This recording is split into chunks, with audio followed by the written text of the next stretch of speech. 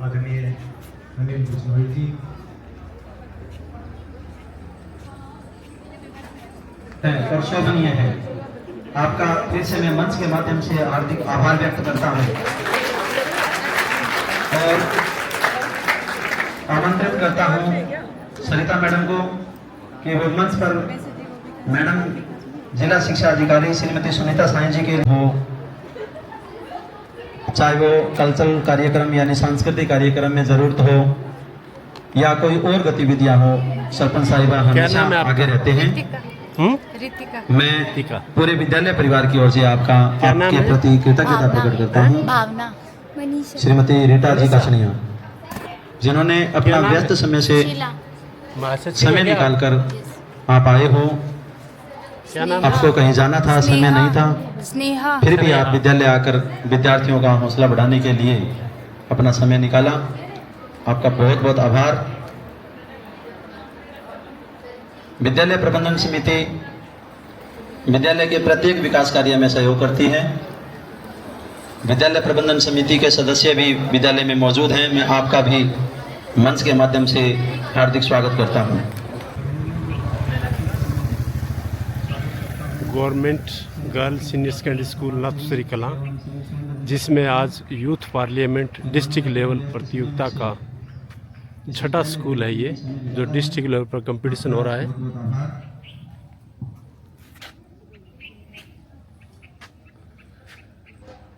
Do madam Sunita Sai आने वाले हैं, उनका बच्चे इंतज़ार कर रहे हैं, मैडम भी इंतज़ार कर रहे हैं।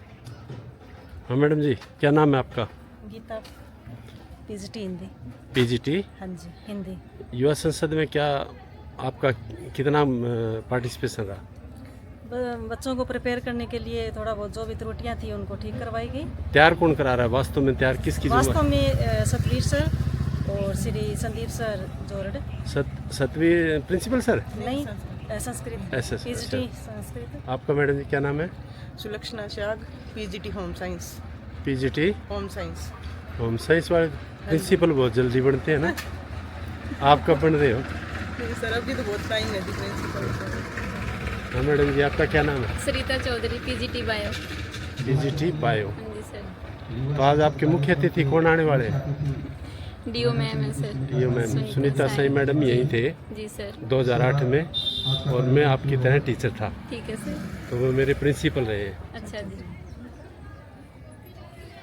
ये गुड़िया है, स्वागत करने के लिए खड़े हो बेटा। Yes sir. किनका? डीओ मैम का। आपको पता है, आप ये जो डीओ मैडम आज आ रहे हैं, ये अपने स्कूल में प्रिंसिपल में आए थे 2008 में। तुम्हारा जन्म कब का है? 2010 का। तुम्हारा जन्म है 2010 का, और मैडम यहाँ थे 2008 में। आज के इस कार्यक्रम के chief guest DO madam Shrimati Sunita Sai ji, अच्छा सेटअप लगा रखा है। उप जिला शिक्षा अधिकारी श्री विनोद शोरण जी एवं विशिष्ट अतिथि श्री खंड शिक्षा अधिकारी श्री विजय सत्यवासी हैं। थोड़ी देर में डीओ मैडम पहुंचने वाले हैं। हाँ बेटा, क्या नाम है? सर मेरा नाम प्रीति है। प्रीति? Yes sir. आप भाग ले रहे हो क्या युवा संसद में? सिर्फ भागने के लिए। सिर्फ स्वागत के लिए? Yes sir. आपका क्या नाम है? इंदु। आपका? ज्योति। और आपका? सुमन से। किस पोस्ट पे? Physical education. फिजिकल एजुकेशन से। कौन सा खेल अच्छा लगता है आपको? बास्केटबॉल। बास्केटबॉल खेले हो? हाँ जी सर। कहाँ तक? स्टेट तक। स्टेट तक गए हो? अच्छा, तो उसी स्टेट के बल पर डीपी लगे हो क्या? नहीं सर, पेपर के बेस पे। स्पोर्ट्स में कोटा था, नहीं होता। हाँ मैडम जी, क्या नाम है आपका? रितु। हैं? रितु। रितु, किस सब्जेक्ट से? मैथ्स में। PGT maths. PGT math. Maths. आप? Suman sir, subject? Vocational teacher right. Vocational teacher. हाँ जी। अच्छा, क्या नाम बेटा? कल्पना। क्या ये किसके लिए है वर्दी? ये सर मतलब प्रोटेक्ट के लिए है। प्रोटेक्शन के लिए। हाँ। सुरक्षा गार्ड। हाँ। ये SPC लिखा है क्या? Yes sir. क्या होता है ये? जिला स्तरीय युवा संसद कार्यक्रम के अंतर्गत निर्णायक मंडल की भूमिका में श्री जगदीश बराज जी एवं श्री हेमराज जी रहेंगे, और अतिथि रूप में डाइट से आए हुए विषय विशेषज्ञ श्री अनिल चावला जी, डॉक्टर अनिल बिश्नोई जी, एवं चीफ गेस्ट माननीय जिला शिक्षा अधिकारी सिरसा श्रीमती सुनीता साई जी, विशिष्ट अतिथि के रूप में रहेंगे उप जिला शिक्षा अधिकारी विनोद चौरण जी एवं खंड शिक्षा अधिकारी श्री हाँ प्रधानमंत्री जी, देश कैसे चल रहा है? थोड़ी देर में हैं? हमारे मुख्य अतिथि बहुत अच्छा विद्यालय चल रहा प्रांगण है। में पहुंचने वाले हैं। इसके बाद गृह सदन की मंत्री, कार्यवाही शुरू होगी। क्या नाम है आपका? गीतांजलि। वित्त मंत्री, क्या होता है वित्त मंत्री? सर वित्त मंत्री जो देश की अर्थव्यवस्था को देखता है। हमारे देश में सबसे बड़ा पद कौन सा है? सबसे बड़ा पद राष्ट्रपति का। सबसे बड़ा पद राष्ट्रपति का। क्या नाम है आपका? सबीना बानो, सबीना बानो, क्या रोल कर रहे हो? कृषि मंत्री का। कृषि मंत्री का। कृषि मंत्री को क्या क्या चीज़ देखनी होती है? कृषि मंत्री को जैसे किसानों के लिए नई नई योजनाएं बनाना, उनके जैसे बाढ़ से कोई उनको दिक्कत होती है, जैसे खाद्य उर्वरक, वो सब उनको आदरणीय पराग जी बच्चों का इंटरव्यू लेते हुए हाँ बेटे। सर जिस तरह से वीडियो बनाते मीनू हैं, सर, संसदीय कार्य मंत्री। संसदीय कार्य मंत्री सर जो संसद का संचालन करता है वो संसदीय कार्य मंत्री होता है। आज का जो मेन मोटिव है वो संसदीय कार्य मंत्री का है। तो बहुत बड़ा अच्छा इनिशिएटिव है ये डाइट विपक्षी दल, क्या नाम है? जितनी भी युवा मुस्कान। संसद की क्या क्या काम होता है विपक्षी दल का? सर लोगों सिटी के जो वीडियोस विपक्ष हैं, के लोगों विपक्ष के लोगों को विपक्षी सांसद कहते हैं। जो सत्ता के जो लोग होते हैं उनके मुद्दों को थोड़ा सा मतलब बताना कि सरकार तक और दूसरे विद्यालयों से जो गलतियां हुई उनसे भी हमने सीखा कि हमने ये गलती नहीं दोहरानी है। क्या नाम बेटा? डिम्पल। डिम्पल, क्या रोल अदा कर रहे हो आप? गाँव से आए विपक्षी सभी सांसद का। विपक्षी सांसद का। अभिभावकगण, सांसद क्या होता आपका है? बहुत बहुत सर सांसद अभिवादन, संसद के स्वागत। सदस्य को कहते हैं। इस समारोह में कौन सी लोकतंत्र का पर्व है। हमारे संसद में 2 सदन है, हाँ सर। कौन से सदन का सिखाया जाता ये है। आज रोल होगा? लोकसभा। लोकसभा का। लोकसभा का चुनाव कितने साल बाद होता है? 5 साल बाद। इसका 5 यही साल उद्देश्य बाद। है कि छात्र जीवन में ही विपक्ष का नेता प्रधानमंत्री कैसे बनता है अपने देश में? प्रधानमंत्री सर जिनका सर बहुमत ज़्यादा होता है वही अपना प्रधानमंत्री चुन। लोकतंत्र की महत्ता का किन पता किसका चले। बहुमत ज़्यादा हो? आज के हमारे इस कार्यक्रम में जो हमारी 543 सीटें हैं, सीटें हैं। सरपंच उनमें ग्राम से सर पंचायत जिसमें नाथुश्री कला 272 से का अधिक हो वो हार्दिक स्वागत करता हूं यहाँ पहुँचने पर। चुनाव कौन लड़ते हैं?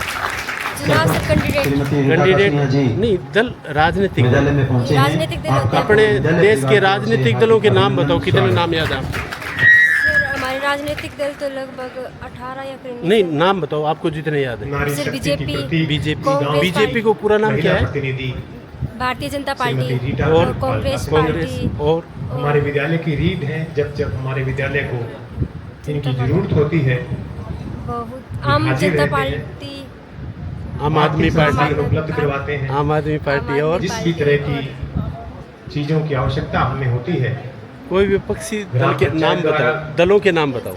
एसएनसी के सदस्यों द्वारा विपक्षी दल हाँ, विपक्षी दल कौन कौन से हैं? अग्रणी सहयोग रहता है। अपने देश में। उनके सहयोग विपक्ष के में बिना बैठते हैं इस वो तरह के सर। प्रोग्राम करवाना जो विपक्ष में मुश्किल बैठते हैं होता उनके है। नाम हाँ। कांग्रेस सर। कांग्रेस बैठती है। और देश के विपक्षी दल ग्राम कितने हैं? पंचायत का प्रत्येक विद्यालय के आपके नेतृत्व में हमारा विद्यालय ऊंचाइयों के उन शिखर को छू रहा है जो कि हर वर्ष एक नया रिकॉर्ड बनता है। सर आज आपके नेतृत्व में हमारे विद्यालय में सर्वाधिक छात्राएं 411 छात्राएं अध्ययनरत हैं। जो पिछला रिकॉर्ड था वो 337 छात्राओं का था, जो बढ़कर 411 छात्राएं हो गई हैं। आज हमारे विद्यालय में 411 छात्राओं का नामांकन है। इसी सम्मान के क्रम में मैं आमंत्रित टमाटर से लेकर गैस सिलेंडर तक की कीमतें आसमान छू रही हैं। आपकी पार्टी महंगाई को काबू करने के लिए क्या नई योजनाएं बना रही है? आम नागरिकों से जुड़ी समस्याओं को हल करना, हर गरीब के आंसू पोंछना हमारी सरकार की पहली प्राथमिकता है। हम जीएसटी के माध्यम से, व्यापार की नीतियों के माध्यम से महंगाई को कम करने की कोशिश कर रहे हैं। जल्द ही जनता को महंगाई से राहत मिलेगी। धन्यवाद। देश के कई हिस्सों में हर साल बाढ़ और प्राकृतिक आपदाएं किसानों और गरीब परिवारों को तबाह कर देती है। क्या आपकी पार्टी इस विषय पर कोई स्थायी समाधान संसद में पेश करेगी या केवल राहत पैकेजों तक ही सीमित रहेगी? देखिए, बाढ़ समस्या को लेकर सरकार पूरी तरह गंभीर है। नदियों की सफाई, तटबंध निर्माण और पूर्व चेतावनी के प्रणाली के समाधान किए गए हैं। प्रभावित परिवारों को तुरंत राहत और पुनर्वास भी दिए जा रहे हैं। धन्यवाद।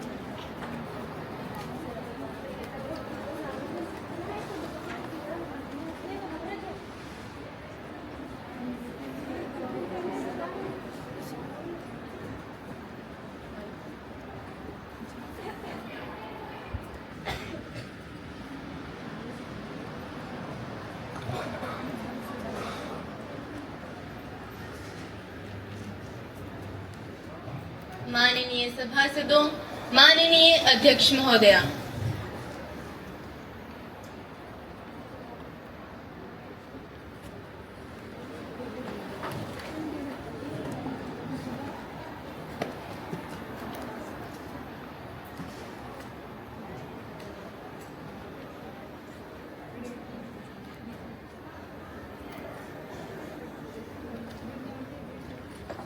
माननीय सभासदों, संसद के इस मानसून सत्र में आप सभी का हार्दिक स्वागत है।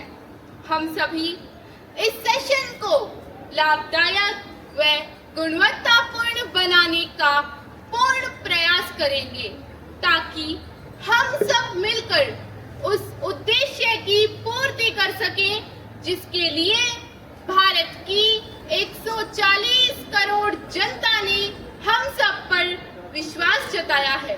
साथियों, हमारा कर्तव्य है कि हम देश के इस संसद रूपी मंदिर में बैठकर भारत को एक नई दिशा देने में सकारात्मक रूप से हर संभव प्रयास कर सकें।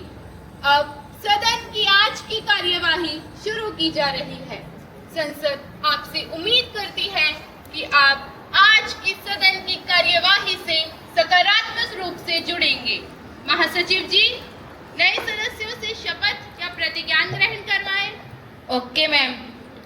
मैं शपथ के लिए आमंत्रित कर रही हूँ मिस प्रीति जी, जो पंजाब के फिरोजपुर लोकसभा क्षेत्र से युवा सांसद चुनी गई हैं। अब शपथ ग्रहण करेंगी।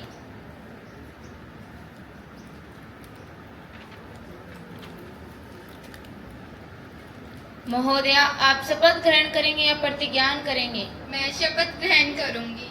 महोदया, आप किस भाषा में शपथ ग्रहण करेंगे? पंजाबी भाषा में।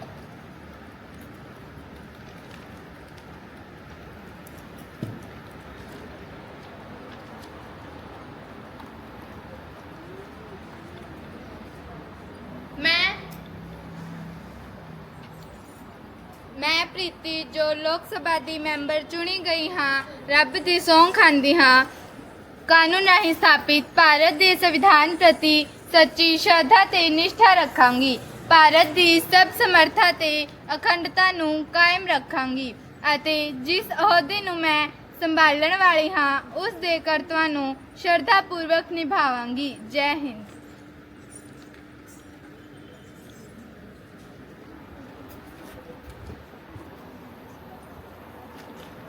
जब अध्यक्ष बोले ना तो कि नहीं कहना जी महोदया।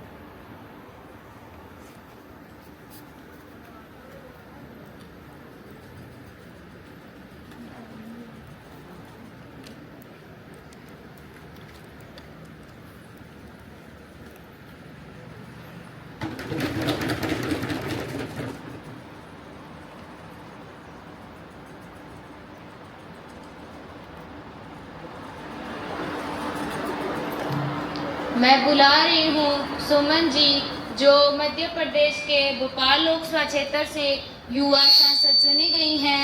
आप शपथ ग्रहण करेंगी।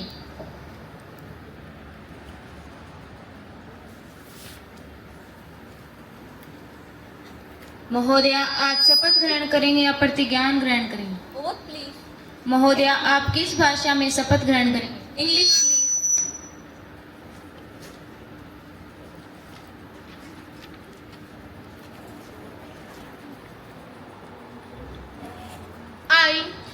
I, Suman, having been elected as the member of the lower house of the Youth Parliament, do swear in the name of God that I will bear true faith and allegiance to the Constitution of India as by laws established, that I will uphold the sovereignty and integrity of India, and that I will faithfully discharge the duty upon which I am about to enter. Jai Hind.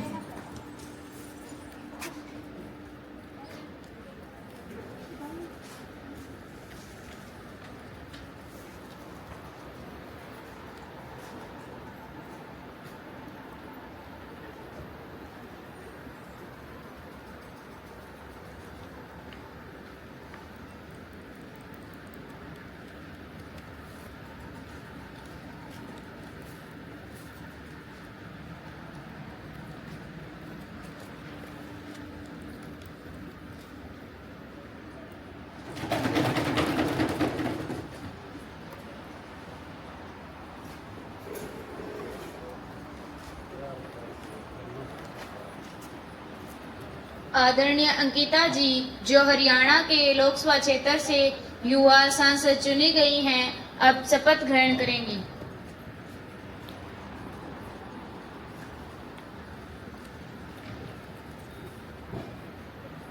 महोदया, आप शपथ ग्रहण करेंगे या प्रतिज्ञान ग्रहण करेंगे? मैं प्रतिज्ञान ग्रहण करना चाहूँगी। महोदया, आप किस भाषा में प्रतिज्ञान ग्रहण करेंगे? हिंदी भाषा में।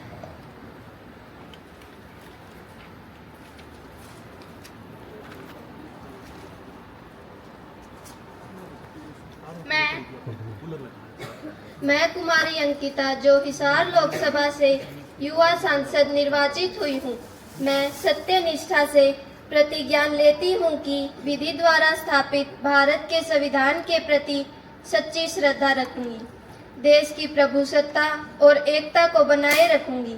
मैं जिस पद को ग्रहण करने वाली हूँ, उसके कर्तव्यों का श्रद्धापूर्वक निर्वहन करूंगी। जय हिंद, जय संविधान।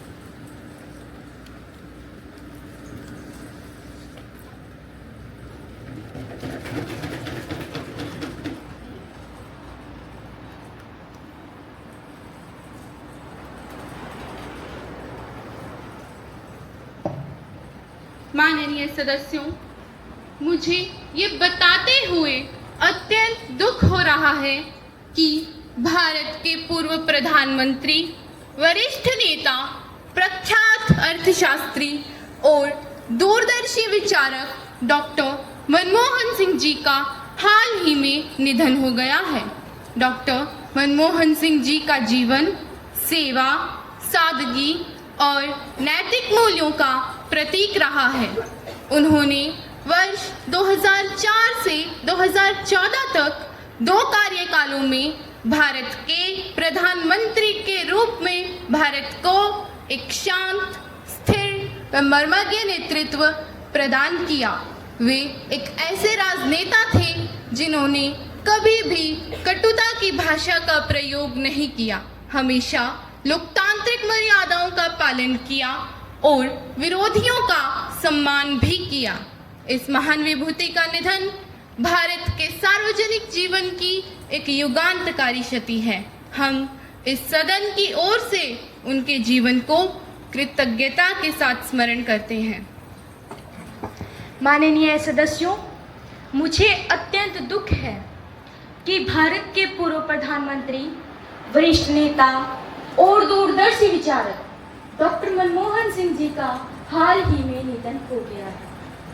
डॉक्टर मनमोहन सिंह जी का जीवन राष्ट्र सेवा, सादगी और नैतिक मूल्यों का प्रतीक रहा है।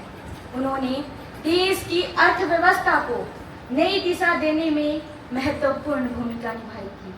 वे एक ऐसे राजनेता थे जिन्होंने कभी कटुता की भाषा का प्रयोग नहीं किया। वे हमेशा ही लोकतांत्रिक मर्यादाओं का पालन करते थे और विरोधियों का भी सम्मान करते थे। इस महान विभूति का निधन भारत के सार्वजनिक जीवन की एक युगांतकारी क्षति है। इस सदन की ओर से मैं उनके जीवन और योगदान को कृतज्ञता के साथ स्मरण करती हूँ। ओम शांति। माननीय अध्यक्ष महोदया, माननीय सदस्यगण, आज यह सदन एक अत्यंत शोकाकुल अवसर पर एकत्र हुआ है। भारत के पूर्व प्रधानमंत्री, वरिष्ठ नेता, महान अर्थशास्त्री और अद्वितीय व्यक्तित्व के धनी डॉक्टर मनमोहन सिंह जी का निधन हमारे लिए अपूरणीय क्षति है। डॉक्टर मनमोहन सिंह जी ने भारतीय राजनीति में मर्यादा, शालीनता और गरिमा की परंपरा को जीवित रखा। वे एक ऐसे राजनेता थे जो शब्दों से अधिक अपने कर्मों से बोले। हर भूमिका में उन्होंने उत्कृष्टता और विनम्रता का परिचय दिया। उनके व्यवहार और विचारों में कभी दलगत राजनीति की कटुता नहीं रही। विपक्ष में बैठे हम सभी ने हमेशा उनके प्रति सम्मान की भावना रखी है। हम इस सदन की ओर से और विपक्ष के सभी साथियों की ओर से डॉक्टर मनमोहन सिंह जी के प्रति अपनी श्रद्धांजलि अर्पित करते हैं और उनके परिवारजनों के प्रति गहरी संवेदनाएं व्यक्त करते हैं। ईश्वर उनकी आत्मा को शांति प्रदान करे। ओम शांति। अब डॉक्टर मनमोहन सिंह जी की आत्मा की शांति के लिए हम सब मिलकर 2 मिनट का मौन धारण करेंगे।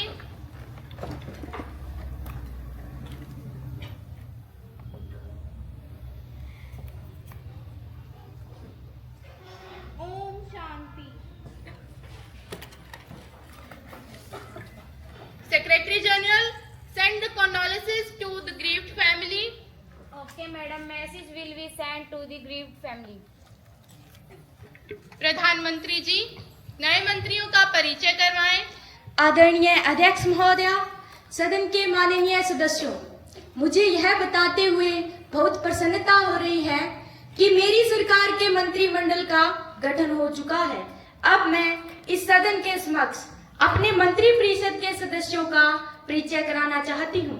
ये सभी माननीय सदस्य अपने अपने क्षेत्र के दक्ष, प्रतिबद्ध और राष्ट्र सेवा हेतु पूर्ण रूप से समर्पित हैं। मिस दिव्या, जिन्हें गृह मंत्रालय की जिम्मेदारी सौंपी गई है, मिस गीतांजलि, जो वित्त मंत्रालय का दायित्व निभा रही हैं, मिस अंजू, जिन्हें शिक्षा मंत्री के रूप में चुना गया है। धन्यवाद। माननीय सदस्यों, मुझे ये बताते हुए अत्यंत प्रसन्नता हो रही है कि आज भारत की संसद की इस ऐतिहासिक कार्यवाही में हमारे घनिष्ठ पड़ोसी देश नेपाल से एक विशेष प्रतिनिधि मंडल माननीय श्री राम बहादुर कार्की जी के नेतृत्व में हमारे बीच उपस्थित हैं। हमारे दोनों देशों के संसदीय सहयोग को और मजबूत बनाने में ये कदम एक प्रेरणा साबित हो सकती है। हम सभी उनका हार्दिक स्वागत व अभिनंदन करते हैं। हमें विश्वास है कि उनका यह सदन में आगमन दोनों देशों के संसदीय सहयोग को और मजबूत करेगा और लोकतांत्रिक मूल्यों की साझी विरासत को आगे बढ़ाएगा। एक बार पुनः हम उनका हार्दिक स्वागत व अभिनंदन करते हैं। अब प्रश्न काल आरंभ किया जाए। महासचिव जी, माननीय सदस्यों को प्रश्नों की कॉपी वितरित की जाए।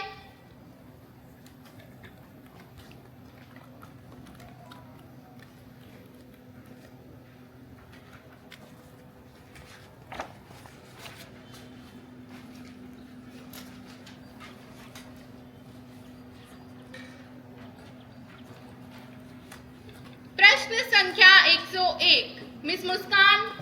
माननीय अध्यक्ष महोदय, देश यह जानना चाहता है कि जब मणिपुर जल रहा था तब हमारी सरकार केवल बयानबाजी में व्यस्त थी। मुझे खेद है, मुझे दुख हो रहा है ये कहते हुए कि यह घटना मुझे तानाशाह नीरों की याद दिलाती है। जब रोम जल रहा था तो बंसी बजा रहा था। वही घटना आज मेरे देश में दोहराई गई। हमारी गृह मंत्री मिस दिव्या सोनी के नाक के नीचे पूरा का पूरा मणिपुर जला दिया गया। प्रधानमंत्री किस हक से अभी तक इस कुर्सी पर बैठे हैं? क्या यह सरकार की जिम्मेदारी नहीं कि हर नागरिक को सुरक्षा और शांति मिले? मैं सदन के माध्यम से सरकार से मांग करती हूँ कि वह तुरंत ठोस कदम उठाए, शांति बहाल करे और पीड़ितों को न्याय दिलाए। गृह मंत्री जी। माननीय अध्यक्ष महोदय, मैं आपके माध्यम से ये बताना चाहती हूँ कि मणिपुर में हुई जातीय हिंसा अत्यंत दुखद है। सरकार इस संकट को बेहद गंभीरता से ले रही है। जैसे ही स्थिति असामान्य हुई, केंद्र सरकार ने तुरंत अर्धसैनिक बलों की तैनाती की और राज्य सरकार के साथ समन्वय स्थापित किया ताकि लोगों के लिए हर आवश्यक कदम उठाए जाए। अध्यक्ष जी, मैं इस सदन को बताना चाहती हूँ कि सरकार स्वयं स्थिति की निगरानी कर रही है। एक सर्वदलीय प्रतिनिधि मंडल को मणिपुर भेजा गया और न्यायिक जांच के आदेश भी दिए गए हैं। अब तक राहत शिविरों में 50,000 से अधिक लोगों को सुरक्षित स्थानों पर पहुंचाया गया है। अध्यक्ष महोदया, महिलाओं के साथ हुई घटनाओं की हम कड़ी निंदा करते हैं। निंदा करने से किसी समस्या का समाधान नहीं होने वाला। आप शांत होकर बैठ जाएं और अपराधियों की जांच कर उन्हें कड़ी से कड़ी सजा दी जाएगी। ये समय राजनीति करने का नहीं है, बल्कि संवेदनशीलता का है, एकजुटता का है और समाधान निकालने का है। मैं विपक्षी साथी को भी ये बता देना चाहती हूँ कि सरकार हर नागरिक की सुरक्षा और मणिपुर में स्थायी शांति के लिए प्रतिबद्ध है। धन्यवाद। पूरक प्रश्न मिस सविता। माननीय अध्यक्ष महोदय, मैं आपके माध्यम से सरकार से एक सवाल पूछना चाहती हूँ कि मैं आपका ध्यान एक अत्यंत गंभीर और राष्ट्रीय सुरक्षा से जुड़े मुद्दे की ओर आकर्षित करना चाहती हूँ। हाल ही में जब हमारी सेनाओं ने सरहद पर पाकिस्तान के खिलाफ निर्णायक बढ़त बना ली थी, जब देश का मनोबल 7वें आसमान पर था और आतंक के शरणगाह को मुंहतोड़ जवाब दिया जा रहा था, ऐसे समय में युद्ध विराम का निर्णय कैसे लिया गया? क्या सरकार स्पष्ट करेगी कि किस दबाव के कारण यह फैसला लिया गया? जब देश के जवान सीमा पर बलिदान दे रहे हैं, ऐसे समय में युद्ध विराम का निर्णय क्या उन बलिदानों का अपमान नहीं है? क्या सरकार के पास कोई लंबी रणनीति है जिससे देश की जनता को आश्वासन मिल सके कि भविष्य में ऐसा कदम दोबारा नहीं उठाया जाएगा? महोदय, देश ये जानना चाहता है, जनता ये जानना चाहती है कि जब जीत सामने थी तब हम पीछे क्यों हटे? प्रधानमंत्री जी। क्या हार में क्या जीत में, कि क्या हार में क्या जीत में किंचित नहीं भयभीत हूँ, कि किंचित नहीं भयभीत हूँ। कर्तव्य पथ पर जो भी मिला, ये भी सही वो भी सही, कि ये भी सही वो भी सही, वरदान नहीं मांगूंगी, हो कुछ पर हार नहीं मानूंगी, हार नहीं मानूंगी। आदरणीय अध्यक्ष महोदय, मैं माननीय सविता जी के प्रश्न के प्रति उनका धन्यवाद करती हूँ। इनका जोश, राष्ट्रभक्ति और हमारे वीर जवानों के प्रति सम्मान निश्चित ही तारीफ के काबिल है। लेकिन मैं इस सदन और समस्त देशवासियों को यह स्पष्ट कराना चाहूंगी कि देश ने सोच विचार के बाद ऑपरेशन सिंदूर के रूप में नियोजित, केंद्रित और सोची समझी जवाबी कार्यवाही की। ऑपरेशन सिंदूर की निशानेबाजी आतंकवादी ट्रेनिंग ढांचे पर केंद्रित थी। सैनिक व वायु सामर्थ्य का आतंकवादी ठिकानों को निशाना बनाया गया। ये कार्यवाही 6 से 7 मई 2025 की रात में संचालित की गई। हमारी कार्यवाही का उद्देश्य सरेआम नागरिकों पर हमला करने वाले, हमारी बहनों के सिंदूर उजाड़ने वाले उन आतंकवादी तंत्रों को समाप्त करना था। आदरणीय अध्यक्ष महोदया, युद्ध सिर्फ मैदानों में नहीं बल्कि दिमाग से भी लड़े जाते हैं और कभी कभी सबसे बड़ी जीत शांति से मिलती है। हमने तोपों को खामोश किया, ये कमजोरी नहीं थी, सोच थी। दुश्मन की हर चाल का पहचान कर जवाब देने की योजना थी। आदरणीय अध्यक्ष महोदया, युद्ध को रोकने का निर्णय न ही तो कोई दबाव था और न ही कोई कमजोरी थी। यह भारत की रणनीतिक सूझबूझ, कूटनीति की विजय और अंतर्राष्ट्रीय सहयोग का परिणाम था। हमारी सेनाओं ने हर मोर्चे पर अपना पराक्रम दिखाया। हमने पाकिस्तान को स्पष्ट संकेत दे दिया है कि भारत अब एक नया भारत है। हमने यह दिखा दिया है कि यह बुद्ध का देश है जो अहिंसा परमो धर्म है को अपना आदर्श मानता है। परंतु सुनत रहे, यह चंद्रगुप्त मौर्य की धरती है, यह समुद्रगुप्त का देश है। हम पृथ्वीराज चौहान, वीर शिवाजी के वंशज हैं। हमें अपने देश की सीमाओं की रक्षा करना आता है। हम अपने सिंदूर की कीमत वसूल करना जानते हैं। इसलिए जनता को जानना आवश्यक है कि सरकार ने ठोस सबूत, खुफिया इनपुट और सैन्य विकल्पों के विवेकपूर्ण प्रयोग के साथ देश की सर्वोच्च सुरक्षा का संरक्षण किया और यही हर देश का दायित्व है। हम अपने सुरक्षा बलों के साथ खड़े हैं और देश की एकता और सुरक्षा के प्रति कटिबद्ध है। इसलिए माननीय सदन से मांग है कि जब देश की बहन बेटियों के जीवन और स्वाभिमान पर हमला होता है तो सरकार की ठोस निर्णायक कानूनी कार्यवाही न सिर्फ जायज है बल्कि आवश्यक भी है और यही वो जवाब है जो हम पूरे विश्वास के साथ देना चाहते हैं। धन्यवाद। प्रश्न संख्या 102 मिस गरिमा। रिस्पेक्टेड स्पीकर मैडम, आज का भारत युवा जोश, युवा शक्ति और युवा ऊर्जा का भारत है, लेकिन अफसोस सरकार के पास इस युवा भारत, इस भविष्य के भारत को सही दिशा देने की कोई ठोस योजना नहीं है। आज का युवा भटक रहा है क्योंकि उसके पास कोई काम नहीं है, उसके पास कोई रोजगार नहीं है। रोजगार के अभाव में युवा नशे की गिरफ्त में आ रहे हैं। अप्रैल 2025 की मंथली रिपोर्ट के अनुसार 18 से 30 वर्ष के युवाओं में बेरोजगारी की दर 13.8% है। यह संख्या लगभग 4 करोड़ युवाओं की है। क्या सरकार के पास इस युवा भारत को सही दिशा देने की कोई ठोस योजना है? अगर है तो तत्संबंधी ब्यौरा सदन में रखा जाए। खुशबू जी। माननीय अध्यक्ष महोदया, हमारी सरकार का यह दृढ़ विश्वास है कि युवाओं की ऊर्जा और प्रतिभा ही राष्ट्र निर्माण की सबसे बड़ी शक्ति है। इसी उद्देश्य से अनेक ठोस योजनाएं चलाई जा रही है।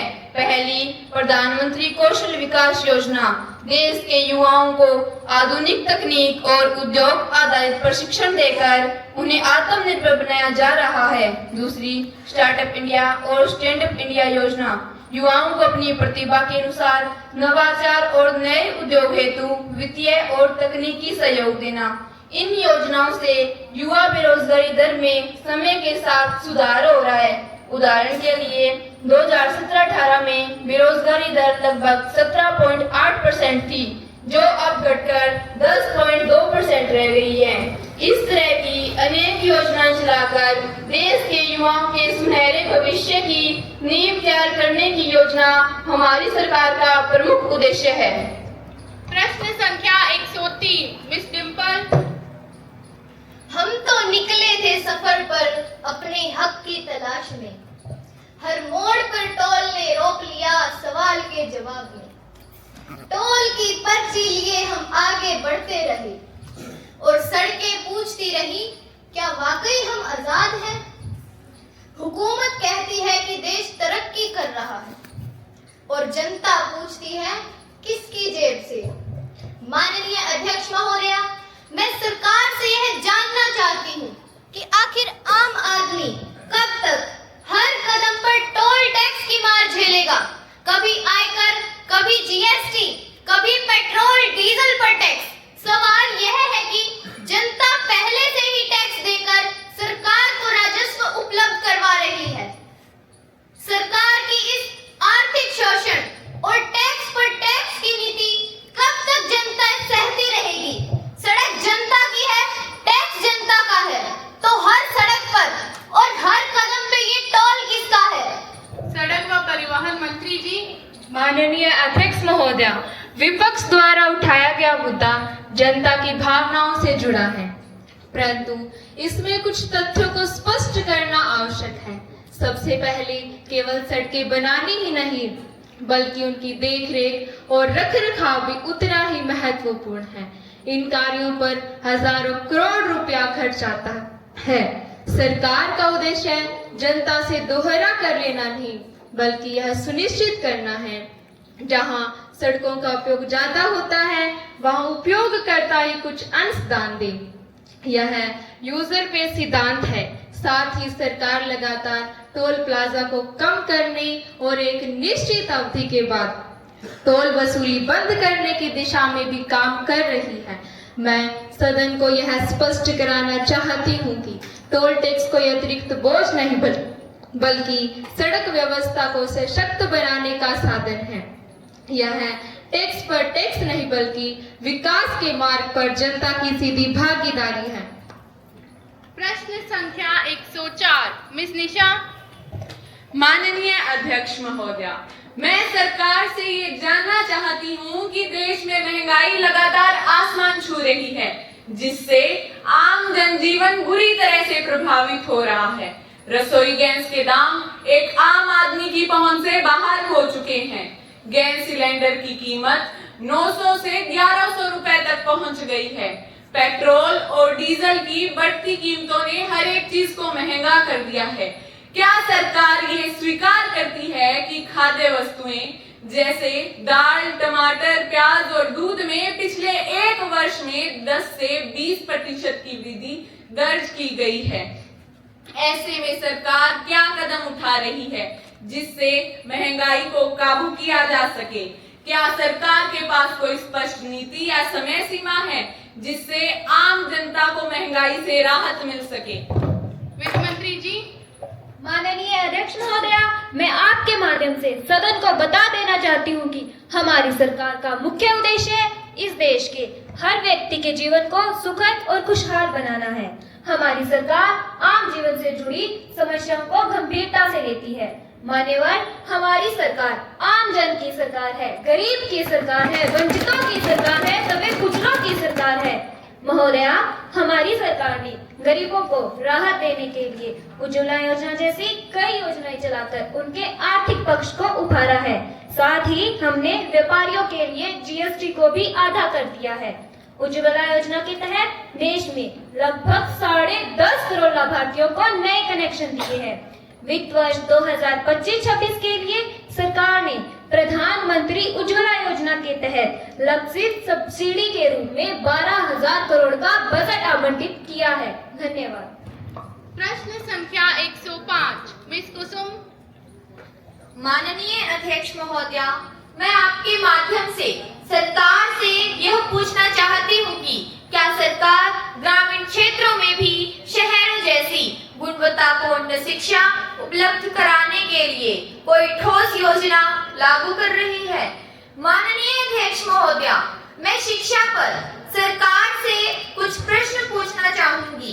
पहला, बेटी बचाओ बेटी पढ़ाओ का नारा क्या केवल प्रचार का साधन बनकर रह गया, क्योंकि ग्रामीण स्तर पर स्कूलों का ढांचागत विकास इतना कमजोर है कि वहां की छतें और दीवारें गिर रही हैं। दूसरा, यूडाइस 2024-2025 की रिपोर्ट के अनुसार देश में 78,854 स्कूल ऐसे हैं जहां बालिकाओं के लिए कार्यशील शौचालय उपलब्ध नहीं है। और मेरा आखिरी सवाल है कि संसद भवन के निर्माण पर करीब 1200 करोड़ रुपए खर्च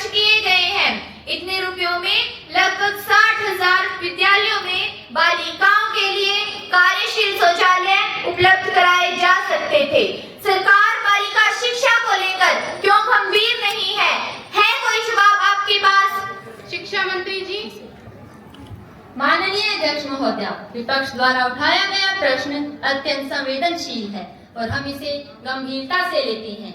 मैं कुछ बिंदुओं के माध्यम से सरकार का पक्ष स्पष्ट करना चाहूंगी। पहला, ग्रामीण शिक्षा ही हमारी सर्वोच्च प्राथमिकता है। महोदया, हम मानते हैं कि भारत के कुछ हिस्सों में शिक्षा व्यवस्था में सुधार की जरूरत है, विशेषकर ग्रामीण भारत में। यही कारण है कि हम समग्र शिक्षा अभियान, स्कूल विकास योजना जैसी कई योजनाओं को गति दे रहे हैं। दूसरा, बेटी बचाओ बेटी पढ़ाओ। महोदया, यह केवल एक नारा ही नहीं बल्कि एक संकल्प है। यह कहना कि यह नारा मात्र प्रचार है, सत्य से परे है, तो पिछले 10 वर्षों में बालिकाओं के नामांकन और उपस्थिति में 36% तक की वृद्धि दर्ज की गई है। साथ ही सरकार ने कस्तूरबा गांधी बालिका विद्यालय, स्कॉलरशिप योजनाएं, स्कूलों में शौचालय निर्माण और स्वास्थ्य व पोषण कार्यक्रमों के जरिए बेटियों की शिक्षा में क्रांति लाई है। महोदया, आलोचना से नहीं, साझेदारी और सुझावों से राष्ट्र का निर्माण होगा। अध्यक्ष जी, अंत में मैं विपक्ष से भी आग्रह करती हूँ कि वे केवल समस्याओं को उजागर करने तक ही सीमित न रहें, बल्कि सुधारों के लिए रचनात्मक सुझाव भी दें। यही लोकतंत्र की सच्ची आत्मा है। धन्यवाद। पूरक प्रश्न, मिस डिम्पल। माननीय अध्यक्ष महोदया, मैं सरकार से यह जानना चाहती हूँ कि देश भर में हजारों कोचिंग संस्थान खुलेआम बच्चों और अभिभावकों से मनमानी शुल्क वसूल रहे हैं, लाखों की एडमिशन फीस लेकर झूठे वादे करते हैं और बच्चों के मानसिक स्वास्थ्य पर बुरा असर डाल रहे हैं। फिर भी सरकार की ओर से इनके खिलाफ कोई ठोस कार्यवाही क्यों नहीं की जा रही? क्या सरकार इन कोचिंग माफियाओं से मिली हुई है? सरकार को यह बताना चाहिए कि राजस्थान के कोटा में 2015 से अब तक लगभग 113 स्टूडेंट्स ने आत्महत्या कर ली। तो मैं सरकार से पूछना चाहती हूँ, ऐसी भयावह स्थिति के बावजूद सरकार अभी तक किन कारणों से इन कोचिंग संस्थानों पर कड़ी कानूनी कार्यवाही नहीं कर रही और ऐसी कौन सी नीति तैयार है जिससे इन छात्रों को तत्काल बचाया जा सके? माननीय शिक्षा मंत्री जी। माननीय अध्यक्ष महोदया, सरकार इस गंभीर मुद्दे को पूरी संवेदनशीलता के साथ स्वीकार करती है। कोचिंग संस्थानों में छात्रों पर बढ़ते दबाव और आत्महत्या की घटनाएं अत्यंत दुखद है, लेकिन सरकार किसी भी स्थिति में शिक्षा को व्यापार या मानसिक तनाव का केंद्र नहीं बनने देगी। इस दिशा में कई ठोस कदम भी उठाए गए हैं। पहला, शिक्षा मंत्रालय द्वारा कोचिंग संस्थान नीति 2024 का प्रारूप तैयार किया गया है, जिसके तहत सभी निजी कोचिंग संस्थानों का पंजीकरण अनिवार्य होगा और फीस, समय, विज्ञापन और मानसिक स्वास्थ्य से जुड़े सभी नियम तय किए जा रहे हैं। कोटा और अन्य बड़े कोचिंग हब के छात्रों के लिए तनाव प्रबंधन की शिक्षा भी दी गई है। उनके लिए काउंसलिंग सेंटर, हेल्पलाइन नंबर और मानसिक स्वास्थ्य सहायता केंद्र स्थापित किए गए हैं। साथ ही सरकार यह सुनिश्चित करती है कि स्कूली स्तर पर ही छात्रों को तनाव प्रबंधन की शिक्षा दी जाए। सरकार की यह स्पष्ट नीति है कि बच्चों का भविष्य सुरक्षित रहे, यही हमारी सर्वोच्च प्राथमिकता है। इस महंगाई के चलते शून्यकाल आरंभ किया जाता है। माननीय भारती जी, आप अपना प्रश्न सदन में रख सकती हैं। माननीय अध्यक्ष महोदया, मैं आपके माध्यम से सरकार से अहमदाबाद में हुए विमान हादसे पर जवाब चाहती हूँ। इस दर्दनाक दुर्घटना में कई यात्रियों की जानें चली गई और दर्जनों घायल भी हुए। यह केवल एक तकनीकी त्रुटि नहीं, बल्कि हमारे देश की हवाई सुरक्षा व्यवस्था पर एक गंभीर प्रश्न चिन्ह है। सरकार को यह स्पष्ट करना होगा कि दुर्घटना के कारणों की विस्तृत जांच कब तक पूरी होगी। क्या विमानन नियामकों द्वारा पूर्व में दी गई चेतावनियों को नजरअंदाज किया गया? रेस्क्यू ऑपरेशन में देरी क्यों हुई? पीड़ित परिवारों को क्या सहायता दी गई? तत्संबंधी ब्यौरा सदन में रखा जाए। नागरिक उड्डयन मंत्रालय। माननीय अध्यक्ष महोदया, मैं नागरिक उड्डयन मंत्रालय की ओर से इस दुर्घटना में जान गंवाने वाले यात्रियों के प्रति गहरी संवेदना प्रकट करती हूँ। यह घटना बहुत दुखद और संवेदनशील है। सरकार ने इस दुर्घटना को अत्यंत गंभीरता से लिया है और इस संबंध में बहुत से कदम उठाए हैं। पहला, तत्काल जांच के आदेश दिए गए हैं। नागरिक उड्डयन महानिदेशालय की हाई लेवल कमेटी इसकी 24 घंटे में प्रारंभिक रिपोर्ट दे रही है। दूसरा, ब्लैक बॉक्स बरामद कर लिया गया है और उसका विश्लेषण किया जा रहा है ताकि दुर्घटना के वास्तविक कारणों का पता लगाया जा सके। तीसरा, सरकार ने रेस्क्यू ऑपरेशन के तहत एनडीआरएफ और एयरपोर्ट को तुरंत सक्रिय किया है। सभी घायलों को समय रहते अस्पताल पहुंचाया गया है। पीड़ितों के लिए आर्थिक सहायता राशि की घोषणा सरकार द्वारा की गई है। हम आश्वस्त करते हैं कि दोषी अधिकारी या कंपनी के खिलाफ कठोर से कठोर कार्रवाई की जाएगी। सुरक्षा हमारी सर्वोच्च प्राथमिकता है और हम इसके लिए हर आवश्यक कदम उठाएंगे। धन्यवाद। अगला प्रश्न मिस सविता। माननीय अध्यक्ष महोदया, मैं सरकार से एक गंभीर सवाल पूछना चाहती हूँ कि लोकतंत्र की रक्षा और मानवाधिकारों के समर्थक होने का दावा करने वाली यह सरकार तालिबानी शासन के बढ़ते रिश्तों को किस आधार पर सही ठहरा रही है, जब वही तालिबानी शासन महिलाओं और अल्पसंख्यकों के साथ लगातार उनके अधिकारों का हनन कर रहा है और भारत सरकार उन्हें मित्रवत व्यवहार क्यों दे रही है? क्या यही हमारे देश के लोकतांत्रिक और नैतिक प्रतिबद्धताओं के खिलाफ नहीं है? हम जनता को यह स्पष्ट उत्तर देना चाहते हैं कि भारत की विदेश नीति अब लोकतंत्र के मूल्यों के बजाय राजनीतिक स्वार्थों से संचालित हो रही है। प्रधानमंत्री जी। माननीय अध्यक्ष महोदया, मैं विपक्षी सांसद के सवाल का उत्तर देना चाहती हूँ।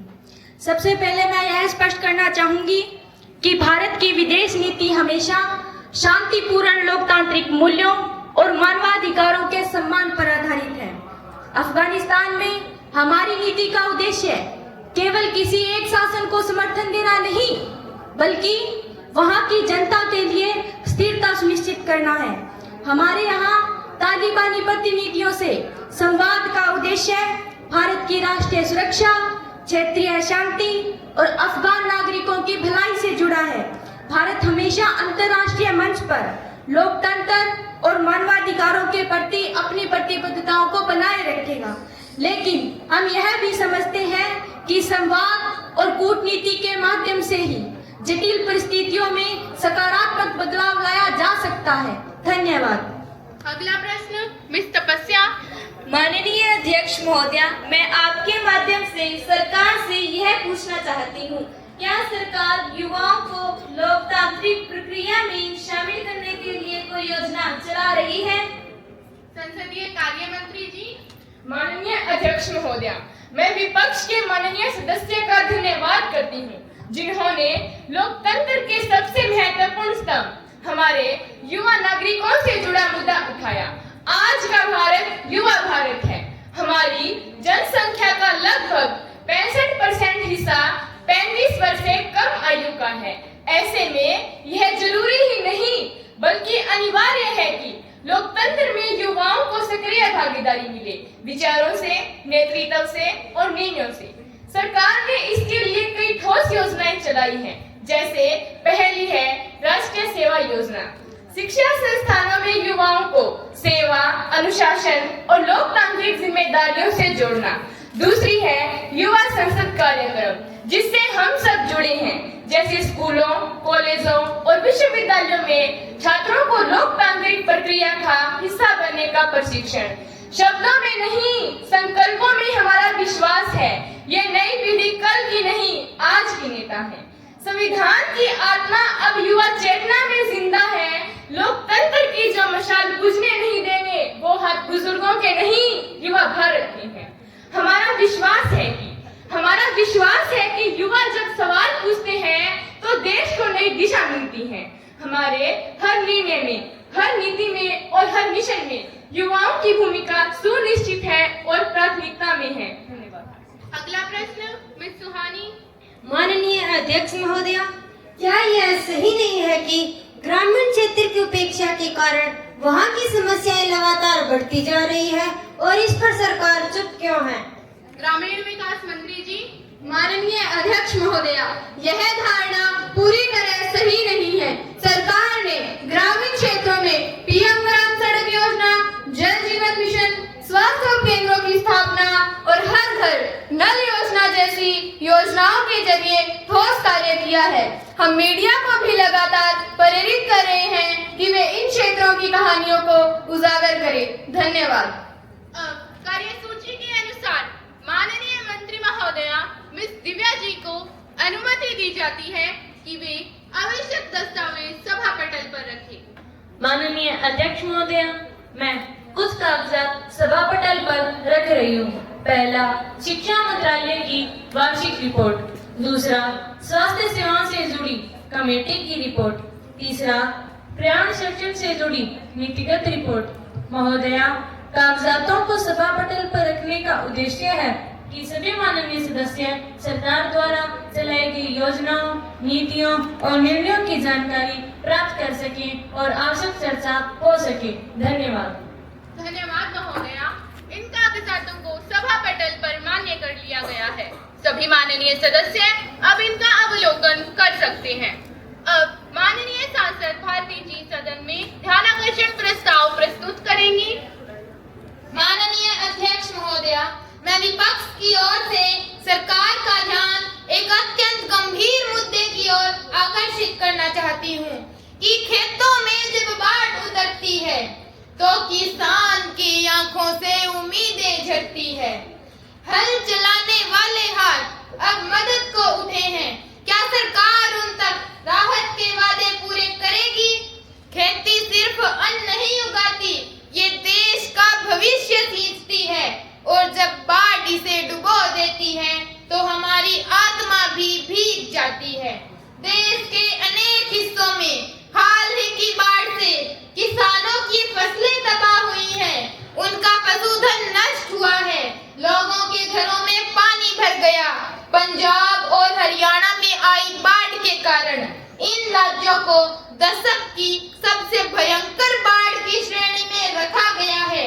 बावजूद इसके सरकार वर्षा जल निकासी और बाढ़ नियंत्रण के स्थायी प्रबंध क्यों नहीं करती? हर वर्ष बाढ़ आती है, हर वर्ष फसलें डूबती है, सरकार पहले क्यों नहीं जागती?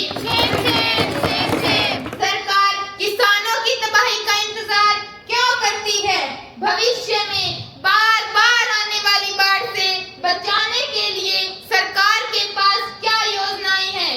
क्या सरकार किसानों को आपदा बीमा और फसल बीमा योजनाओं से पूरी तरह जोड़ने के लिए गंभीर है कि जब किसान टूटता है तो अन्न की डोर टूटती है, जब अन्न की डोर टूटती है तो राष्ट्र की सांसें रुकती है। खेती किसानी सिर्फ रोजगार नहीं, ये सभ्यता का आधार है। किसानों को बचाना सिर्फ कर्तव्य नहीं, हमारे जीवन का संस्कार है। जो हर भूखे का पेट भरता है, अरे जो हर भूखे का पेट भरता है, आज वही किसान खाली कटोरे लिए खड़ा है। इस त्रासदी के बावजूद किसानों की फसलें एमएसपी पर नहीं खरीदी जा रही। सरकार के पास किसानों की आमदनी बढ़ाने के लिए क्या योजनाएं हैं? माननीय कृषि मंत्री जी। माननीय अध्यक्ष महोदया, विपक्ष द्वारा उठाए गए सवाल के संदर्भ में सरकार यह स्पष्ट करना चाहती है कि बाढ़ प्रभावित राज्यों में किसानों के लिए राहत कार्य निरंतर जारी है। विभिन्न राज्यों में सरकारों ने किसानों की सहायता के लिए कई महत्वपूर्ण कदम उठाए हैं, जिनमें वित्तीय सहायता, फसल बीमा, पशुधन सहायता और कृषि पुनर्निर्माण शामिल है। प्रभावित किसानों को फसल क्षति के आधार पर प्रधानमंत्री फसल बीमा योजना के अंतर्गत उचित मुआवजा दिया जा रहा है।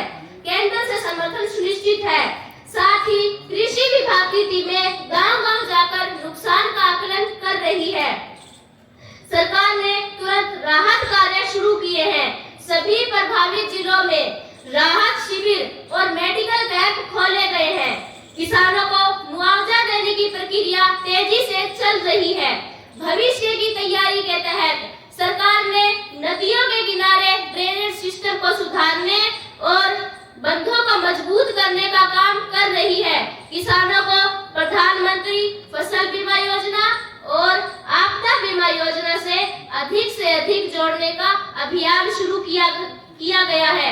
माननीय अध्यक्ष जी, किसान की मुस्कान ही भारत की शान है कि किसान की मुस्कान ही भारत की शान है।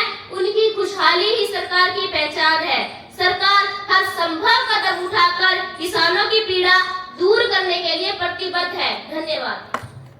कुमारी शर्मिला अपना विशेषाधिकार हनन मामले का प्रस्ताव सदन में रख सकती हैं। माननीय अध्यक्ष महोदया, मैं आज इस सदन में विशेषाधिकार हनन का एक गंभीर मामला उठाना चाहती हूँ।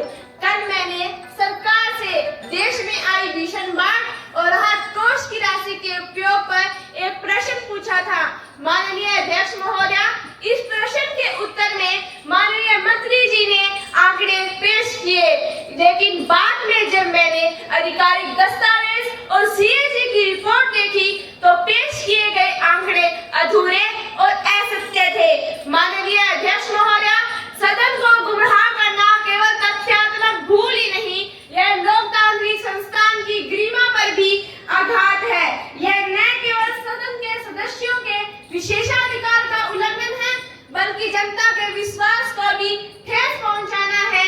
मैं मांग करती हूं कि यह गंभीर विषय विशेषाधिकार समिति को भेजा जाए ताकि सच्चाई सबके सामने आ सके और भविष्य में कोई भी मंत्री सदन को गुमराह करने का दुस्साहस न कर सके।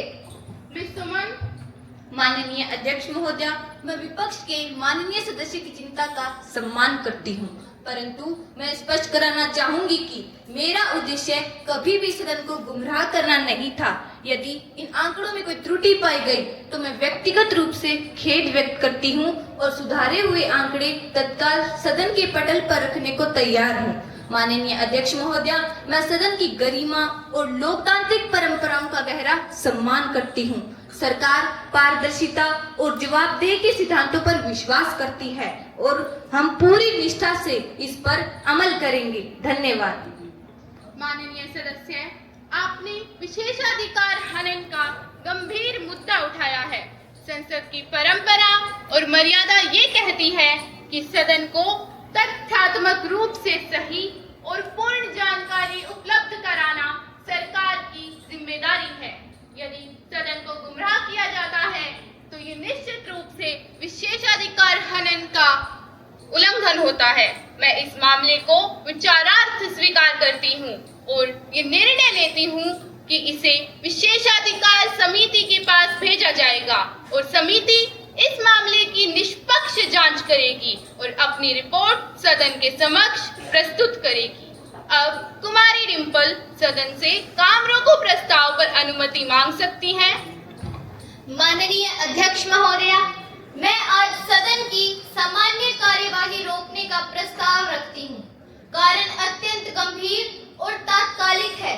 यह विषय केवल नेपाल की सीमाओं तक सीमित नहीं है, बल्कि पूरे दक्षिण एशिया की स्थिरता, भारत की सुरक्षा और लोकतांत्रिक परंपराओं के भविष्य से जुड़ा है। अध्यक्ष महोदया, मैं साथी के प्रस्ताव का समर्थन करती हूँ। स्थगन प्रस्ताव के अनुसार के लिए हमारा कोरम पूरा है। यह मुद्दा हमारी लोकतांत्रिक मर्यादाओं से जुड़ा है। अतः आपसे अनुरोध है कि इस विषय पर काम रोको प्रस्ताव को अनुमति दी जाए। धन्यवाद। माननीय सदस्यों, कुमारी डिम्पल काम रोको प्रस्ताव पर अनुमति चाहती हैं। प्रश्न ये है कि क्या उन्हें अनुमति दे दी जाए? जो सदस्य इसके पक्ष में है वे हाँ कहें। हाँ। इनकी गिनती की जाए।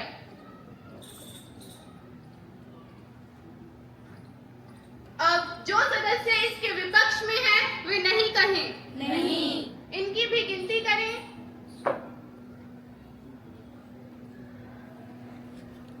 रिपोर्ट प्रस्तुत की जाए।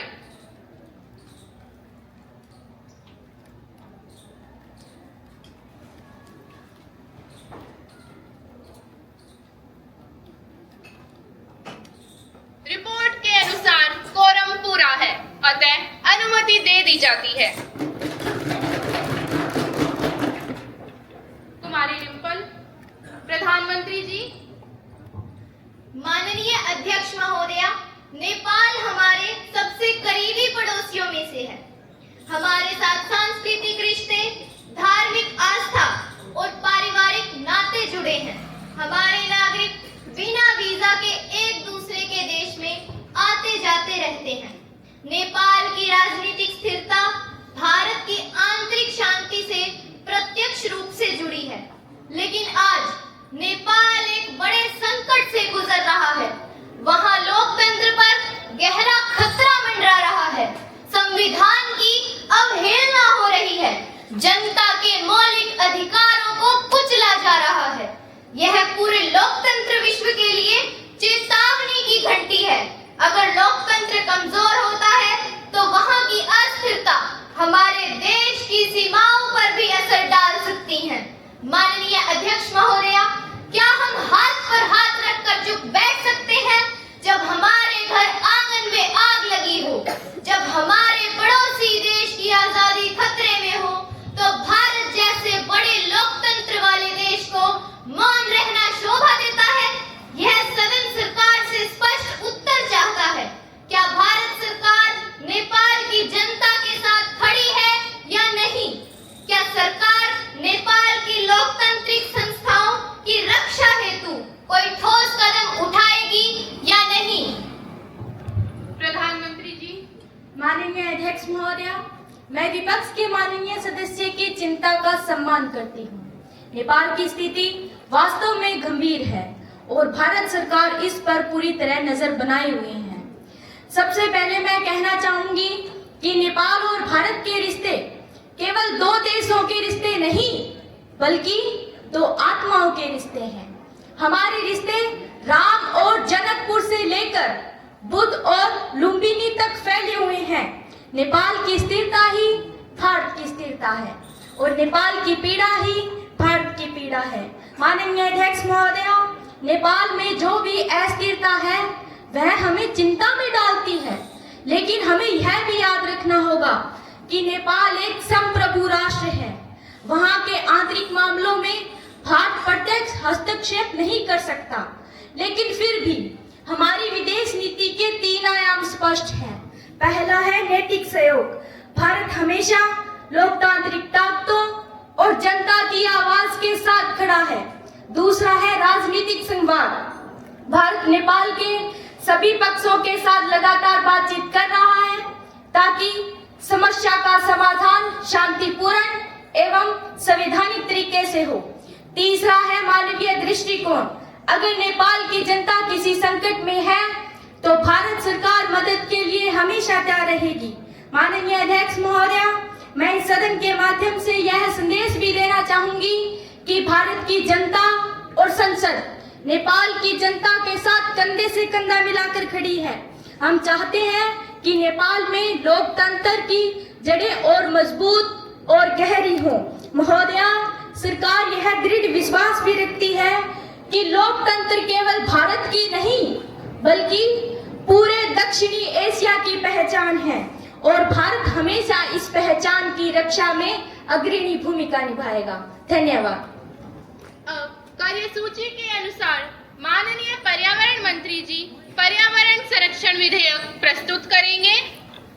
माननीय अध्यक्ष महोदया, आज मैं पर्यावरण संरक्षण एवं सतत विकास विधेयक 2025 सदन में प्रस्तुत करती हूँ।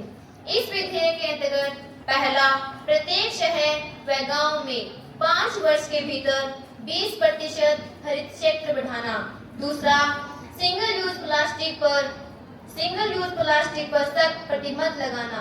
तीसरा, उद्योगों को प्रदूषण नियंत्रण उपकरण लगाना अनिवार्य करना। चौथा, विद्यालयों में पर्यावरण शिक्षा को अनिवार्य विषय बनाना। पांचवा, वृक्षारोपण कार्यक्रम को जन आंदोलन के रूप में चलाना। मेरा विश्वास है कि यह विधेयक हमारे देश के भविष्य को स्वच्छ व सुरक्षित बनाएगा। विधेयक प्रस्तुत किया गया है, द्वितीय वाचन में चर्चा के लिए रखा जाता है। मिस कविता।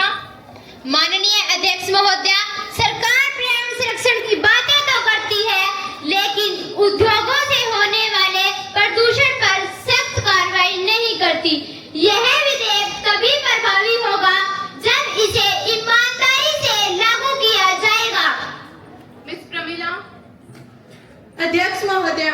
यह विधेयक समय की मांग है। आज प्रदूषण हर घर और हर गांव तक पहुंच चुका है। यदि सरकार यह कदम नहीं उठाती तो आने वाली पीढ़ियां हमें माफ नहीं करेगी। मिस सविता। माननीय अध्यक्ष महोदया, सरकार कहती है कि वह पर्यावरण की रक्षा कर रही है, लेकिन सच्चाई तो यह है कि विकास के नाम पर जंगल काटे जा रहे हैं, नदियां सूख रही हैं और हवा में जहर घुल चुका है। क्या यही है सरकार का पर्यावरण संरक्षण? सरकार बड़े बड़े भाषण देती है कि हरियाली बढ़ाओ, लेकिन जमीनी हकीकत तो ये है कि पेड़ कट रहे हैं, प्रदूषण बढ़ रहा है और उद्योगों पर कोई सख्त कार्रवाई नहीं हो रही। सरकार ने पर्यावरण संरक्षण को अपना एजेंडा बताया है, लेकिन बजट में उसके लिए कितना पैसा रखा गया है? क्या पर्यावरण सिर्फ भाषणों का मुद्दा है या वास्तव में कोई ठोस योजना भी है? माननीय अध्यक्ष महोदया, जब जनता दम घुटती हवा में सांस ले रही है, तब सरकार जनता को हरियाली का सपना दिखा रही है। क्या सरकार ने जनता की सेहत से ज्यादा उद्योगपतियों का मुनाफा प्यारा है? सरकार कहती है कि ग्रीन इंडिया, लेकिन सच्चाई तो यह है कि पेड़ों की जगह सीमेंट के जंगल उग रहे हैं। क्या यही है विकास जो प्रकृति को ही खत्म कर दे? मिस सुनीता।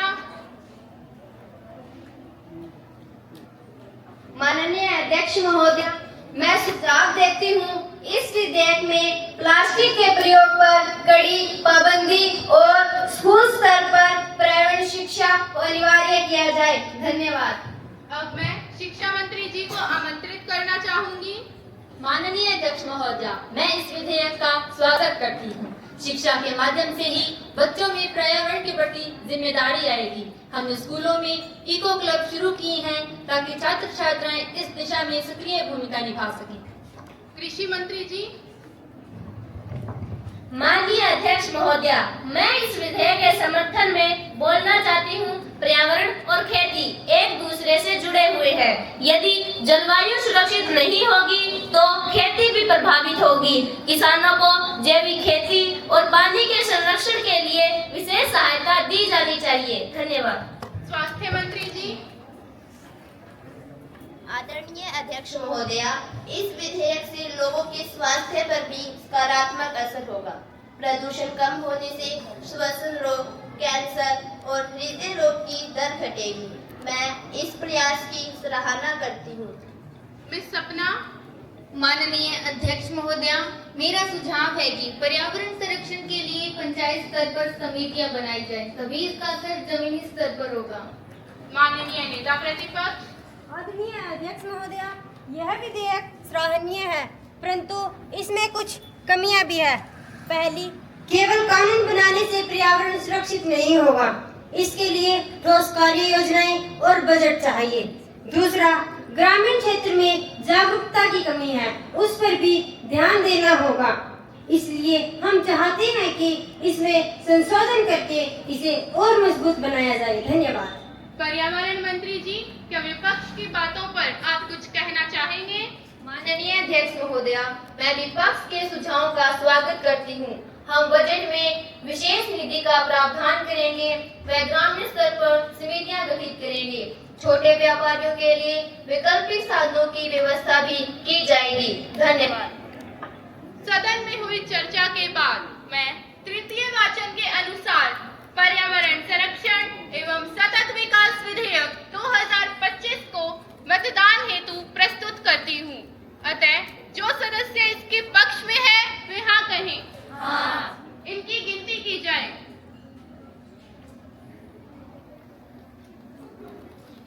अब जो सदस्य इसके विपक्ष में है वे नहीं कहें। नहीं। इनकी भी गिनती करें।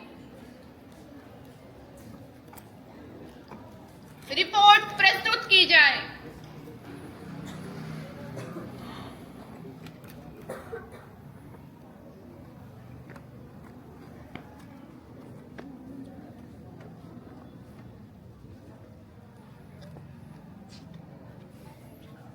इस विधेयक के पक्ष में 38 मत है और विपक्ष में 12 मत है।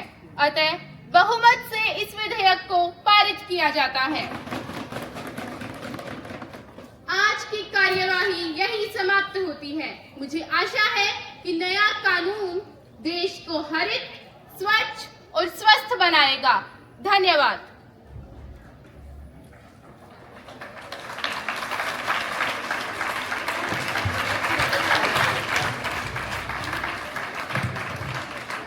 ठीक है।